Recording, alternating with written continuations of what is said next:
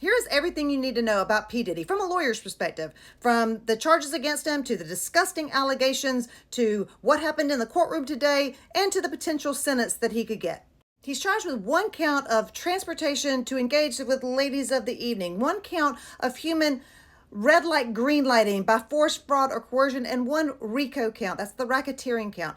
Now, it's important to note this fraud and coercion element because there is a lesser included one. This one carries 15 years. That one carries 10. He's facing the 15 years. It's also really important to note that the federal government is known for bringing new charges during the court case, superseding the indictment and adding charges to it. And they have said that they're still investigating. So there's a high probability that there will be more charges coming against him.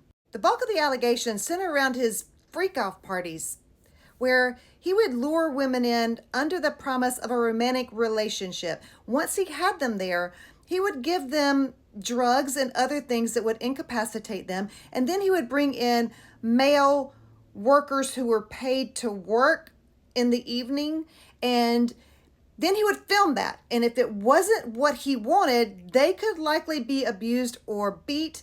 And he would sit over on the side and enjoy himself by himself. Now, I am sure that you have probably heard this part already, but let me just say it again in case you didn't. When they executed the search warrant at his home in March, they found over 1,000 bottles of baby oil and lubricant. So because there were multiple people who were assisting him in these freak-off parties, like his personal assistants, his managers, his security people, everybody that helped him, that creates an enterprise. And that enterprise is what's going to get him in RICO trouble.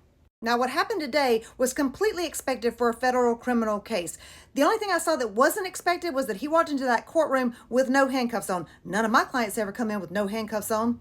The first thing that they did was an arraignment. That is when the magistrate judge, not the judge who's going to hear the case, but the magistrate judge kind of serves him with the indictment, unseals the indictment, and will offer to read the entire indictment to you unless you waive that indictment. That is when you enter your plea of guilty or not guilty. He entered his plea of not guilty.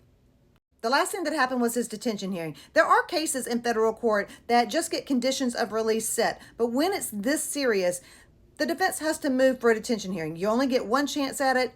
They took their chance at the apple today, and they lost. At the detention hearing, the government is arguing that there is no condition or combination of conditions that will reasonably guarantee his appearance at trial, and also that he is a danger to the community.